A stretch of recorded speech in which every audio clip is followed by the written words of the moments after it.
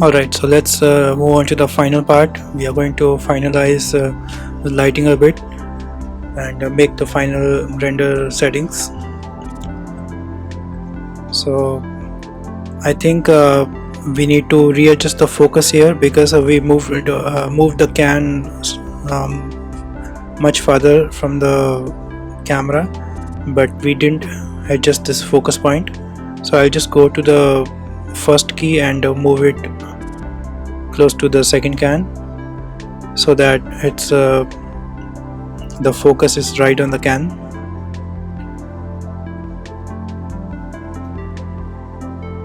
Okay, so I'll select the scene 1 camera and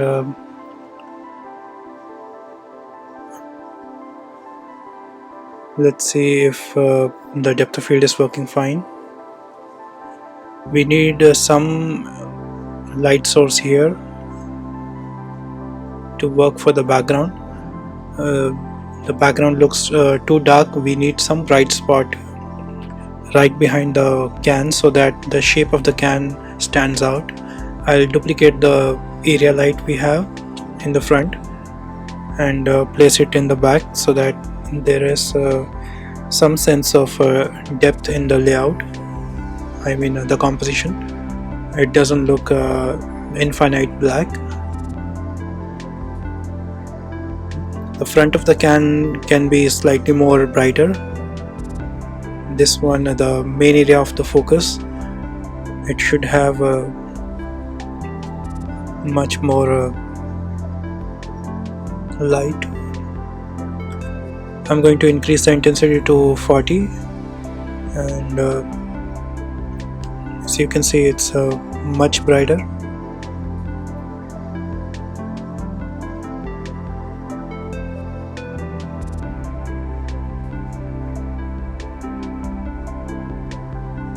Just scrub through the timeline and see if all the frames are looking good.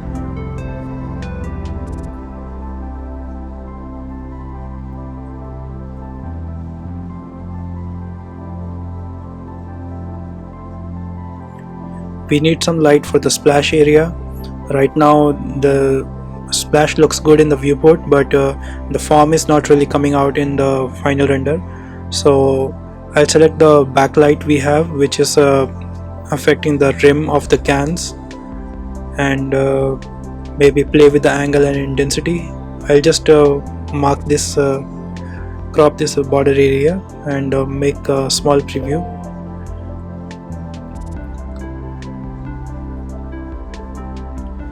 Scale it up, maybe increase the size of the light and intensity, maybe 500.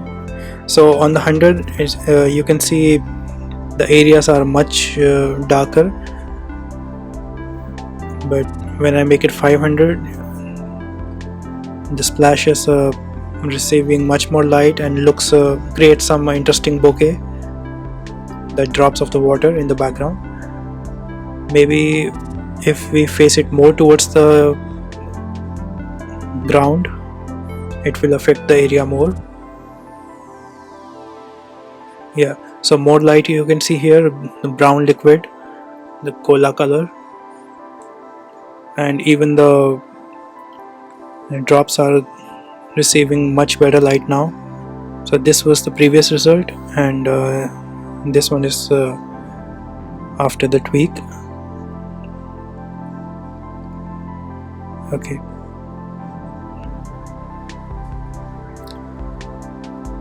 I'll go to the shader editor and see if I can improve the shader a bit for the fluid. I decreased the intensity from 5 to 4. Didn't want it to look so dark.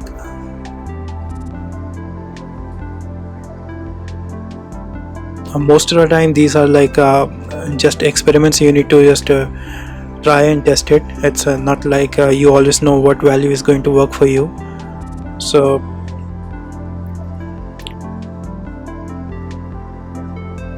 I'm just having a look at each part and see if there is any imperfection.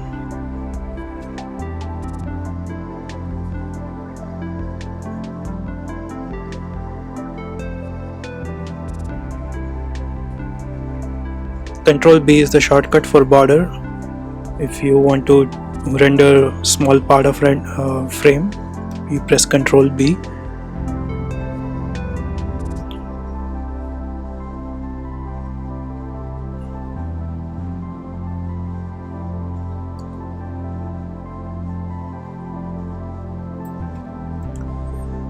So the backlight is actually working for the can much better now. The rim light, you can see the outlines are much brighter, and the entire shape is actually, the outline is looking good.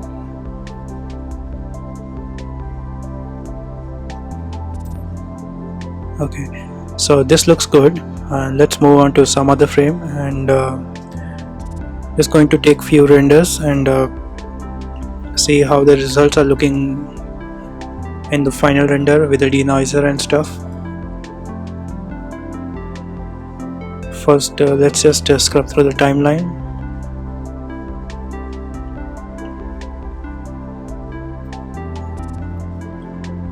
So as you can see, the background is not completely dark. It's because of the volume scatter. So it's the volume scatter is receiving the light from the all light sources, and there are no completely dark or bright spots. It's like a gradation and interesting transitions happening, like the same value. Although if we are not using if we were not using the volume scatter, these will be all of the same value, like the dark. So the light direction is affecting the atmosphere, and it looks very interesting. The same thing for the second scene.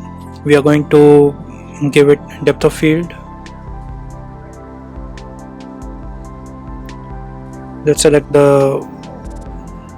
check the value we used for the first scene, and I'm going to try point so 0.2 is the value we used for the first scene.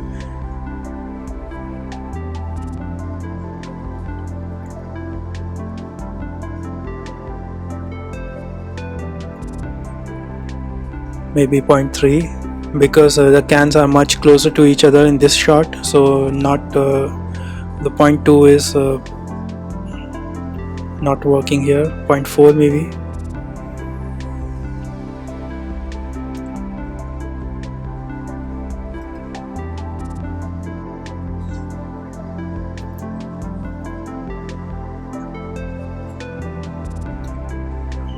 Okay,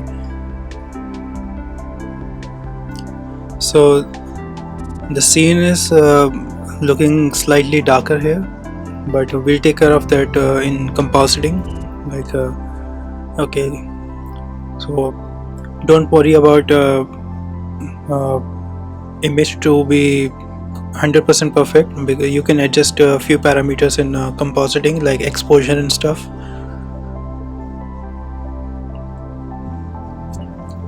We try and achieve what is best possible here. Compositing is a much flexible option for minor tweaks. I'm going to copy this backplane and paste it in the scene 2. I just Control C and V, and also increase the backlight intensity for the splash area, just like the first scene.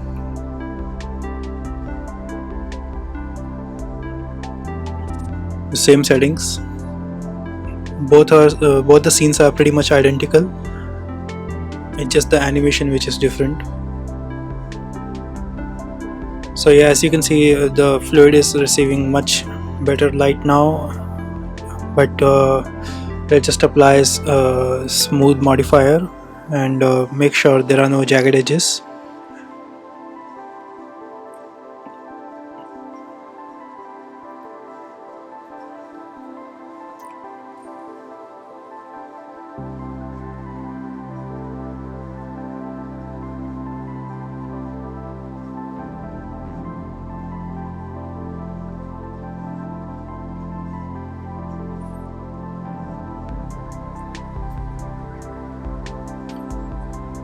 Just trying to get the depth of field working fine here. The difference is not much seen here, but once you scrub the timeline, the foreground drops and background drops, that is where you see the effect most.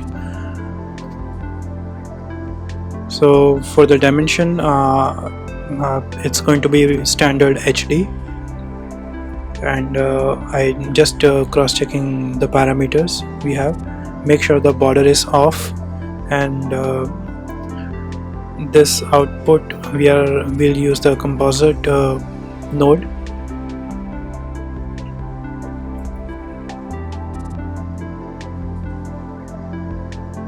Just an old habit of checking the filmic. It's by default now. Even in 2.79 it was default.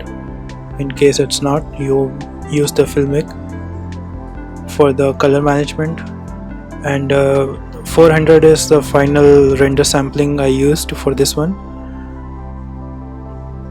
300 worked fine as well, which with the much higher denoising, but I could see some artifacts, so I used 400 because render time is pretty decent here. For these white grain which we see in the background, the fireflies, we are going to use clamping. These are basically over bright areas where the light rays are calculating, bouncing over and over, and I don't know exact technical explanation to this one, but it's basically the lighting being calculated endlessly, I guess. So these can be clamped with the clamping value. So one for the direct and one for the indirect works fine here. You make sure not to use too higher of a clamp value, because it will affect the highlights and make the render dull. For the final resolution, I actually prefer to take 120% render in case I need to crop it or readjust the frame a little bit. So you can use 120% here if the render times are working fine for you. And in case you want to make sure everything is working fine, you can use the step value like 4 or 5 frames and render the entire sequence. So in that case you can see the animation on a low frame rate, but you get to see the entire sequence. So maybe on 40% render dimension with the 5 frame steps before you actually invest in render farm or 2 days on rendering. I'll go to the compositing window, the nodes, and I'll bring a file output node and save the output for the color.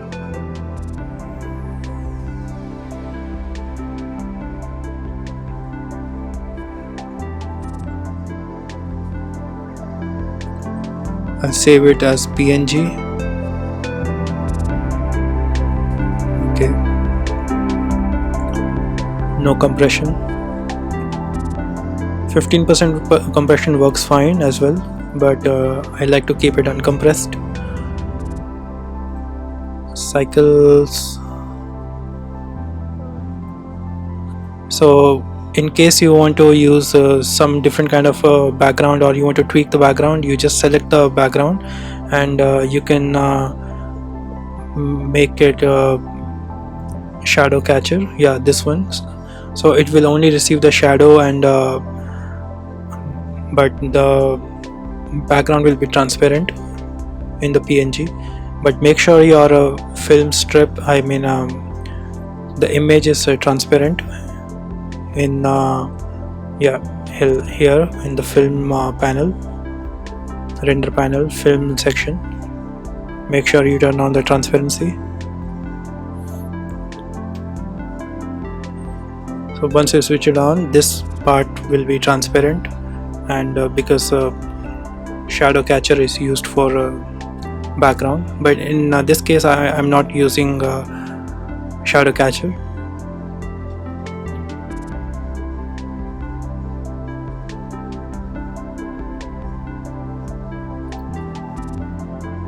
Let's press F12 and take a render.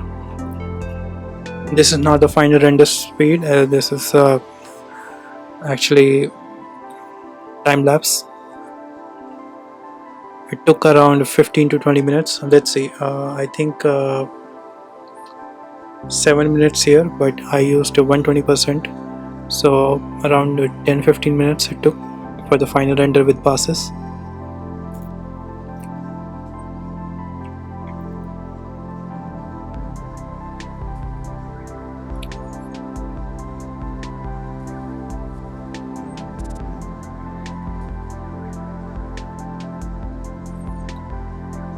Let's have a look at the render and see if there is any noise issue or something. Render looks fine.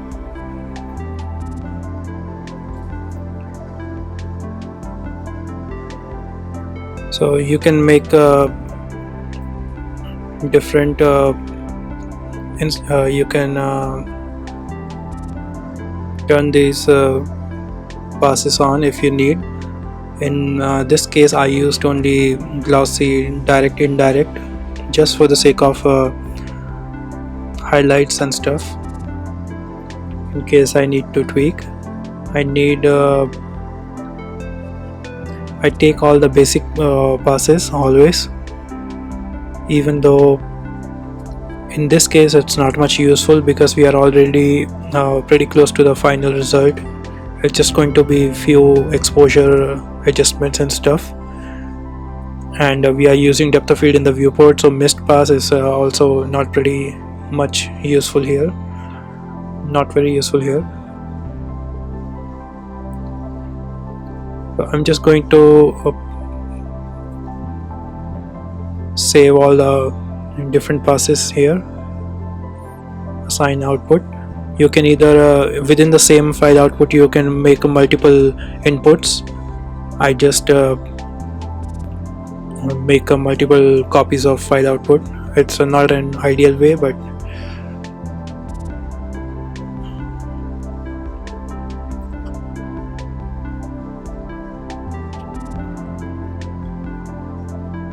make sure your denoising is on, and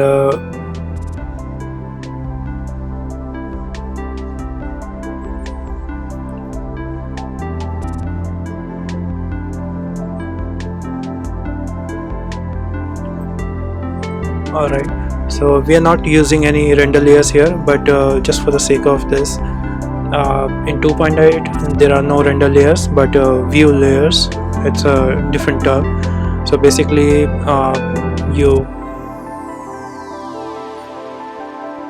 use the visibility options here, and this is used for the rendering. The information is used for the rendering, and you make a new view layer, and you change the collection settings and make sure the use for rendering checkbox is activated. So if I go to the view layer 1 and 2, you can see the visibility options. We have different settings for the both layer, so maybe you can have one layer for the background, one layer for the can. So instead of those small 20 layer nodes, the dots we used to have previously, now it's the render layers can be adjusted from the outliner. Hit render, and I let it render. It took around a day or something.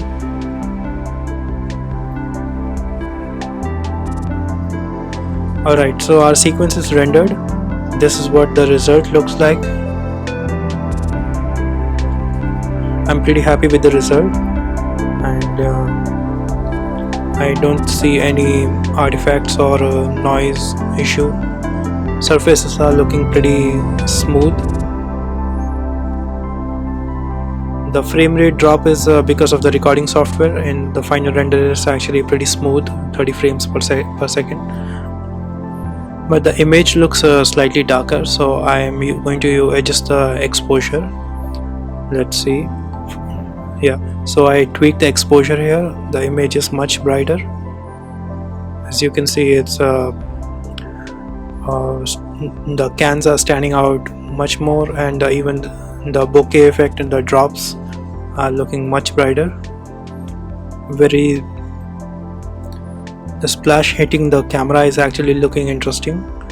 So like I said, because of a depth of field, it's not actually creating an issue.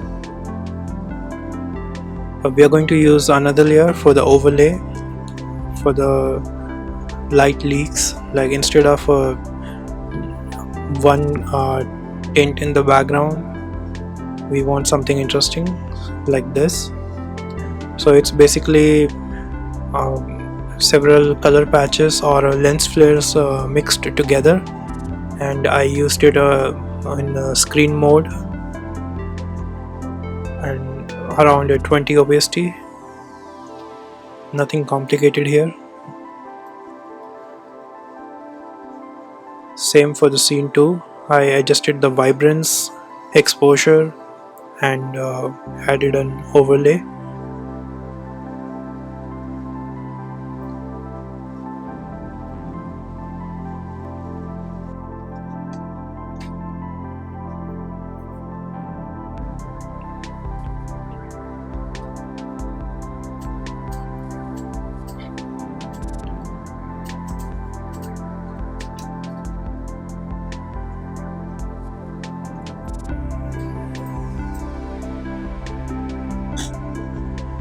So this is the final result.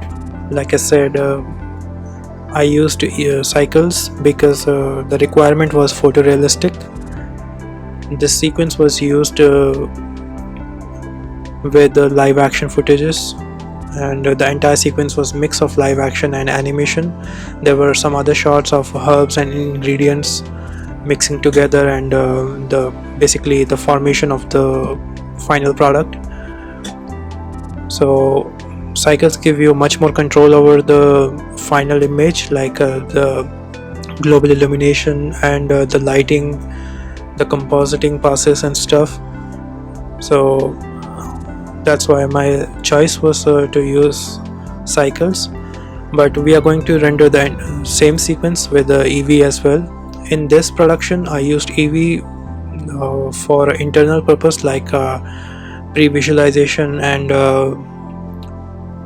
like animatic and visualizing the shots, and not for the final render. But since the materials and the shaders and stuff works similarly, we don't really need to create something different for this to work with the eevee engine. We are going to give it a try here. I'm not an expert in eevee and I haven't really tested it to its full potential, but let's just see how close we are to the final result and what is the look of the eevee here. This is what the visual development mode looks like. It's actually using the same engine, but we are going to switch on all the other parameters we have on the render panel. Like this one is the screen space reflection. Right now we can't really see the local reflections here. Maybe if we switch on the screen space reflection and yeah. So as you can see on the outer edges of the cans, and the fluid is receiving the local reflections now.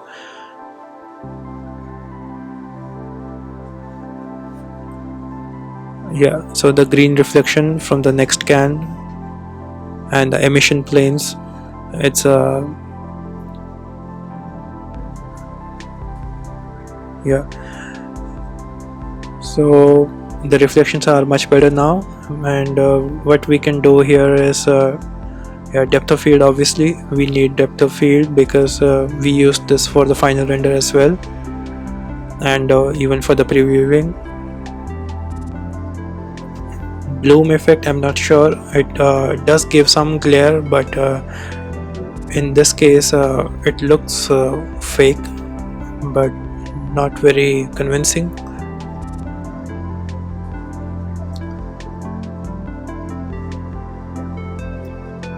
For the background plane, I'm going to make it slightly darker because the volume scatter effect is not exactly working here like it worked with the cycles.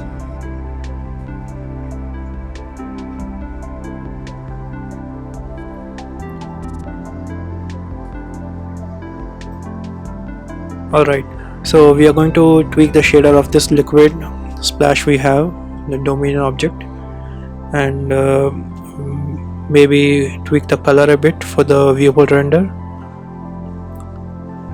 First, make sure the refractions are selected here for the screen space refractions to work.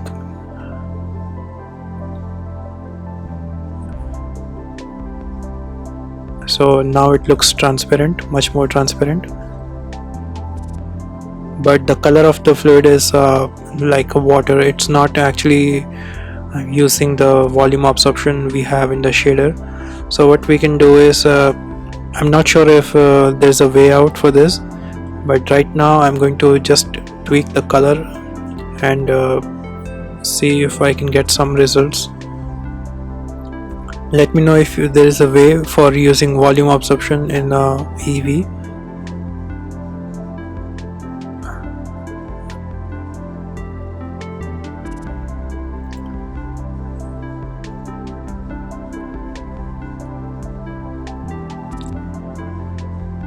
Alright, so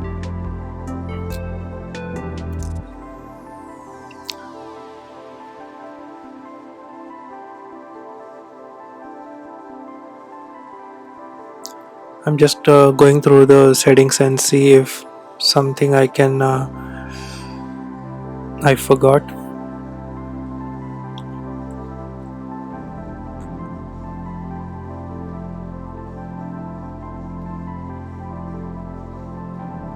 No, we need a much higher depth of field. Let's see.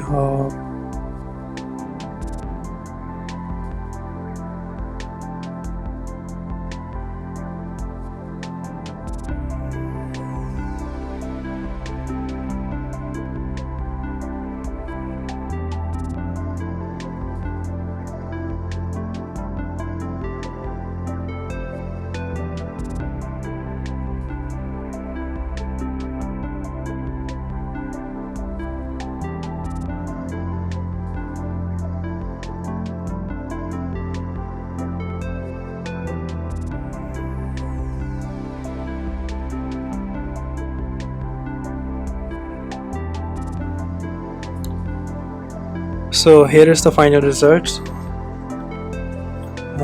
This took around 5 to 6 seconds, 5 to 8 seconds for each frame to render, which was very surprising, and it's not something unknown. Like the eevee is kind of a real-time, it gives you real-time feedback, and it doesn't take much longer to render unless you are using like a very complex irradiance, like the light probes and very high settings or something. But even in that scenario, it shouldn't take more than a few minutes to render. So the results here are actually it's up to the preference, what is the requirement of the project. If this is something you're going to use next to the live action footage, I don't think it would be a good choice. But if you are using something very stylized, something like a motion graphic or a product design presentation or an interior design scene, which doesn't need to have a very photorealistic result, but at the same time it does look photorealistic if you are not using it along with the live action footage. eevee works in that case. It's like the gaming engine. When you are playing game, it looks very realistic, but when you actually compare it to, when you start looking at each detail one by one and start noticing it, it start to uh, you can spot the difference. So for a setup like this, like if you are sure you're going to use eevee for the final presentation, I would recommend you start with that kind of setup. Like you plan your lighting accordingly, and you keep your you can use image based lighting like HDR, which is pretty popular with the live action with the real time engines. And I think I will definitely use this for something like architectural visualization and product presentation, for something stylized. And if the final result is it doesn't have to be like a very super realistic, I think you can just go ahead with this. And it's not something which is different than a cycle, like in terms of you have to you don't have to work with different kind of material. It's using the same material, same principle, the BSDF, same cycles material, and previewing with the same lights and setup. So anything it's very flexible. I think it's a very ideal scenario that you can actually switch between both renders. So I think this is something very important for people who are dealing with very tight deadlines. So I'm going to try some more stuff with this for with the upcoming projects maybe. And there is much more I think I can explore, I can learn. And feel free to share your point of view, guys. I think this is something new and we are all looking forward to. It does look amazing. It's very fast, and it's something it saves you a lot of time. And so I hope you guys enjoyed this series. Let me know your comments and what I could have done much better in this. If there are mistakes I made, I'm sure there were plenty of mistakes, and I'm not an expert in Blender at this moment, but I'm definitely trying my way to use it in production, even with the limitations I have, like the lack of knowledge and stuff. But every day I find a new option. And but this was something I was very proud of, because even with the use of very simple and basic stuff, very basic setup, and I was able to pull through this project. There were a few other projects I would like to share with you guys in the next few videos, where we dealt with the characters and product presentations, and one of them was a game trailer. And we are mostly using Blender for ongoing productions right now. So let me know your comments, your feedback, and what I could have done better. And feel free to leave any suggestions for tutorials you guys want me to work on, any subject you want to discuss. I'll be happy to research about it and see if we can come up with some tutorials. Okay, so in case you guys give it a shot, like you tried this tutorial, do share your results in the comments here, or you can just email me your version of this shot. I would love to have a look at it. And I hope you guys find this useful, and hope to see you around for the next upcoming tutorials. And thank you.